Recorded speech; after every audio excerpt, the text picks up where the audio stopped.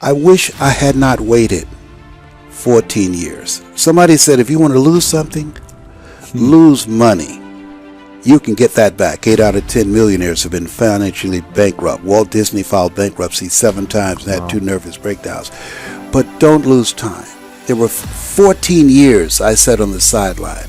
14 years I said, I don't have an investor in me like Tony Robbins. 14 years that said, I don't have an MBA or a PhD, and I can't compete with these guys. I have the complexion of rejection.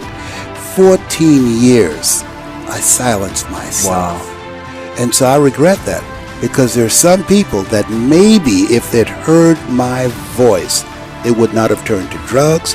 If they'd heard my voice, their lives would have taken a different direction. And I can't get those 14 years back. That haunts me, and I think that drives me when I speak with such energy. I'm trying to make up for that time, but I can't. You don't achieve worthwhile goals quickly or easily. They take time. They take struggle. They take relentless pursuit day in and day out. That's what it takes. But also, things don't usually fall apart quickly either.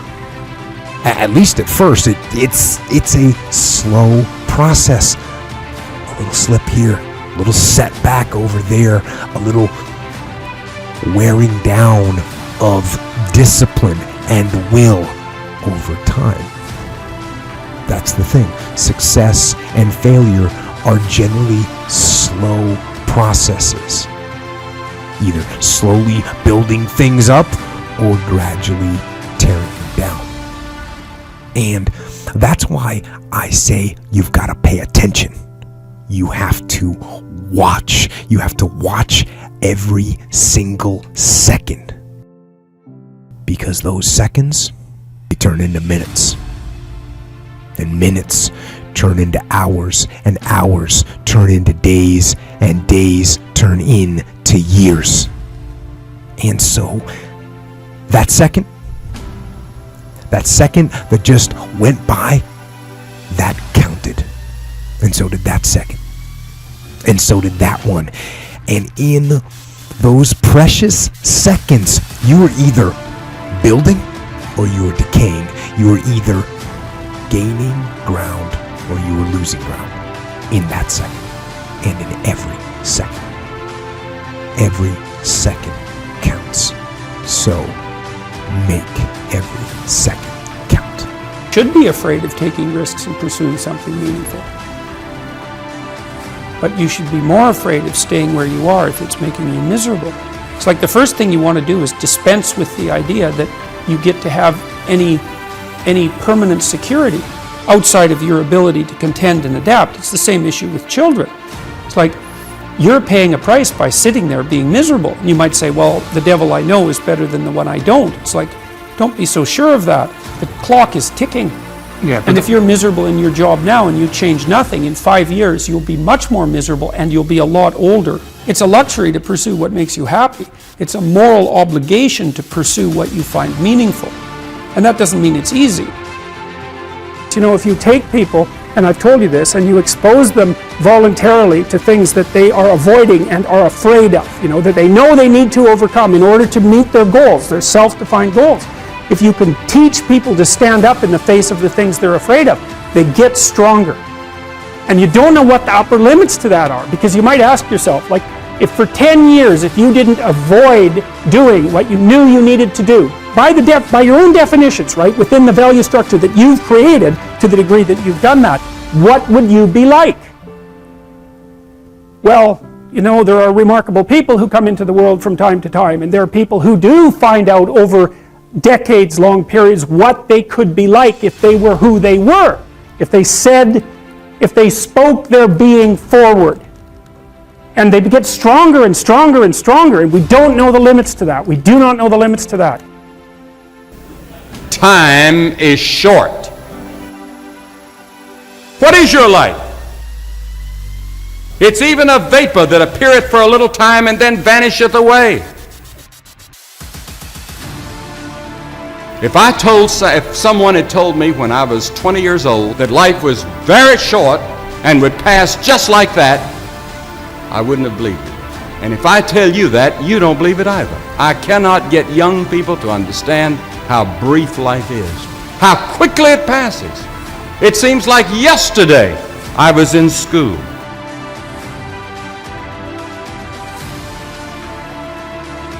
Every one of us here has been given the same amount of time in a day. 1,440 minutes a day, 168 hours per week. The days of our years are 80 years and 10. And if by reason of strength they are 80 years, yet is their strength labor and sorrow, for it is soon cut off, and we are passed away and cut off. 70 years God allows us. And it's interesting to me, with all of our medical science, we've never passed that magic mark. The average American male today lives 70 years and 4 months. The average female, 73 years and 6 months. More people live to be 70, but the average age of an American is still 70 as taught in the Scriptures. Now, 70 years God allows us. Let's think a moment. What do we do with those 70 years? The first 15 are spent in childhood, and then 20 years we sleep. And then the last 5 years, physical limitations are curtailing your activities. They haven't curtailed mine yet, but my 5th year till 70 starts next year. Only 30 years left, and part of that time must be spent in eating meals, working, and figuring out your income tax, things like that.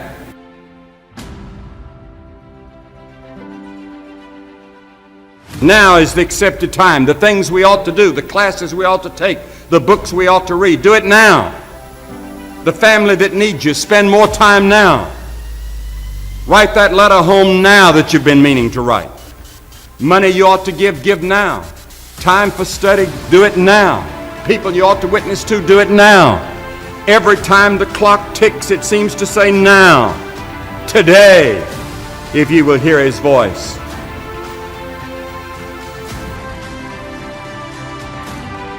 There is the category of problems in life, and it ain't going anywhere. And so the question is, can you deal with the whole category at the same time? That's the thing. That's how to be in the world, is to deal with that category all at the same time. And so how did human beings, what did they come up with as a solution? And that's so cool too, because the solution they come up with not only was the heroism that allows you to approach what you're terrified by and what you find offensive and to learn from it, but also the idea of sacrifice, and that was played out by cultures everywhere, including human sacrifice.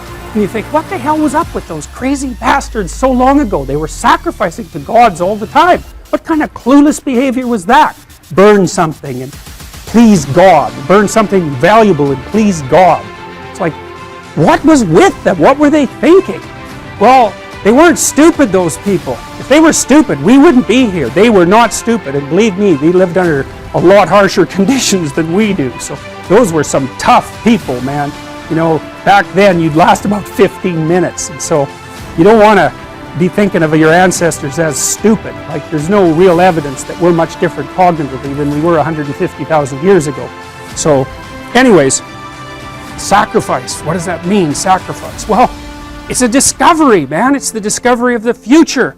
It's like the future is actually the place where there is threat. And it's always going to be there. So what do? You make sacrifices in the present so that the future is better.